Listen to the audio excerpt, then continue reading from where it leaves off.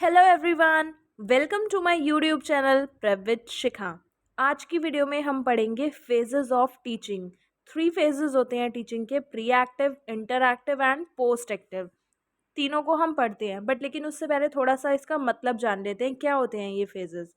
Teaching is an integral part of education. It is process intended to impart knowledge, develop understanding, skill and attitude. Teaching education का integral part होता है, ठीक है, सबसे important part होता है। ये एक ऐसा प्रोसेस है जिसके अंदर नॉलेज और अंडरस्टैंडिंग डेवलप की जाती है, स्किल्स और एटीट्यूड डेवलप किए जाते हैं, नॉलेज ट्रांसफ़र की जाती है। Teaching is an simple process और task. Teaching is not an simple process और टास्क, सॉरी। टीचिंग क्या होता है, एक सिंपल प्रोसेस या टास्क नहीं होता है, ये कॉम्प्लेक्स टास्क होता है, कॉम्प्लेक्स प्रोसेस होता है। For performing this task systematic planning is essential for every teacher. और इस टास्क को परफॉर्म करने के लिए हर टीचर के पास एक सिस्टमेटिक प्लानिंग ज़रूर होनी चाहिए कि उसको किस तरह से क्या काम करना है क्लास में जाके। So teaching can be divided into 3 phases. तो इसलिए टीचिंग को 3 फेजेस के अंदर डिवाइड किया गया है, जिसमें सबसे फर्स्ट आता है प्री एक्टिव फेज, सेकंड होता है इंटरएक्टिव फेज, थर्ड आता है पोस्ट एक्टिव फेज। जैसा कि इसमें ब्रैकेट में मैंने आपको बता रखा है, प्री एक्टिव फेज कौन सा होता है, जिसके अंदर प्लानिंग करता है टीचर की उसे क्या क्लास में जाके पढ़ाना है, किस तरह से पढ़ाना है और क्या स्ट्रैटेजीज का यूज़ करना है, क्या उसकी इंस्ट्रक्शंस होंगी, वो सब कुछ प्लान करता है प्री एक्टिव फेज के अंदर। फिर आता है हमारा इंटरएक्टिव फेज। इंटरएक्टिव फेज मतलब जो भी उसने प्लानिंग की थी उसको एग्जीक्यूट करना, इम्प्लीमेंट करना, ठीक है, स्टूडेंट्स पे। मतलब उनसे कांटेक्ट करना, कम्युनिकेशन करना, उन्हें समझाना, उन्हें नॉलेज ट्रांसफ़र करना। फिर आता है post active phase. Post active phase में क्या होता है, मतलब पढ़ाने के बाद वाला पीरियड। पढ़ाने के बाद टीचर क्वेश्चन पूछता है ये देखने के लिए कि बच्चे की अंडरस्टैंडिंग कितनी हुई है, उसने कितना लर्न किया है टॉपिक से, कितना उसको समझा है, फीडबैक लेता है उनसे। अब हम हमारे सबसे फर्स्ट फेज के साथ स्टार्ट करते हैं, जो कि है pre active phase. Pre active phase क्या होता है? In this phase the teacher makes the plan for teaching. इस फेज के अंदर टीचर प्लान बनाता है टीचिंग के, मतलब कि वो कैसे पढ़ाएगा वो प्लान करता है। This phase include all those activities which a teacher perform before classroom teaching और बिफोर एंटरिंग द क्लासरूम। इस फेज के अंदर टीचर वो सारी एक्टिविटीज़ परफॉर्म करता है जो कि वो क्लास में जाके एक्चुअल में परफॉर्म करेगा और एग्जीक्यूट करेगा, ठीक है। क्लास में जाने से पहले वो सब कुछ प्रिपेयर करता है अपना। Planning does not mean only lesson plan. Planning का मतलब यहाँ पे सिर्फ ये नहीं है कि टीचर सिर्फ लेसन प्लान करेगा।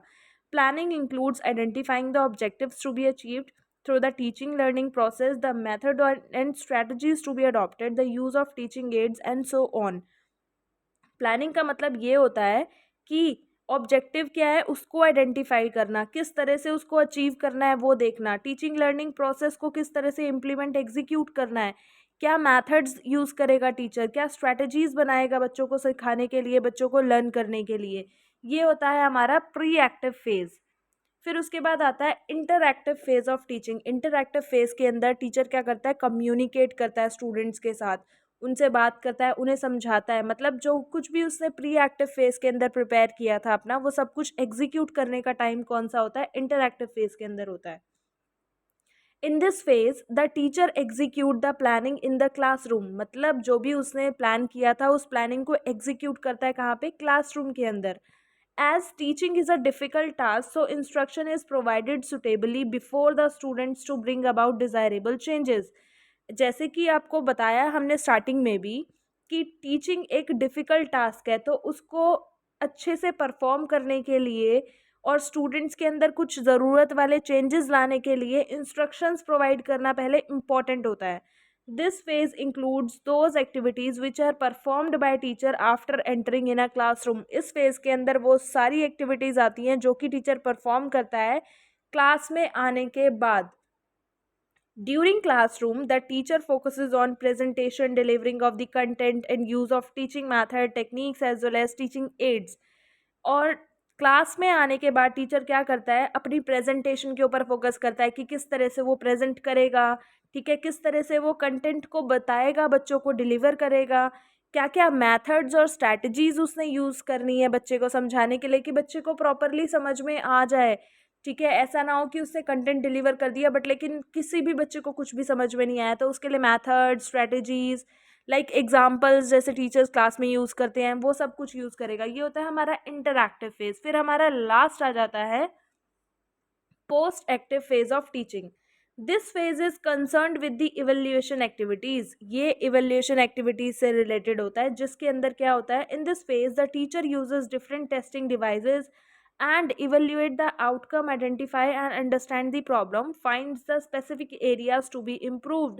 इस फेज के अंदर टीचर क्या करता है, बहुत सारे अलग अलग तरह के टेस्टिंग डिवाइसेस का इस्तेमाल करता है ताकि जो उसका आउटकम आया है उसको इवेल्युएट कर पाए, आइडेंटिफाई कर पाए, ठीक है, और क्या क्या प्रॉब्लम्स हैं उसके साथ वो समझ पाए, ऐसे एरियाज को आइडेंटिफाई कर पाए, ऐसे एरियाज को ढूंढ पाए जिनमें कि उसको इम्प्रूवमेंट करने की ज़रूरत है, बच्चों के लिए भी और अपने लिए भी।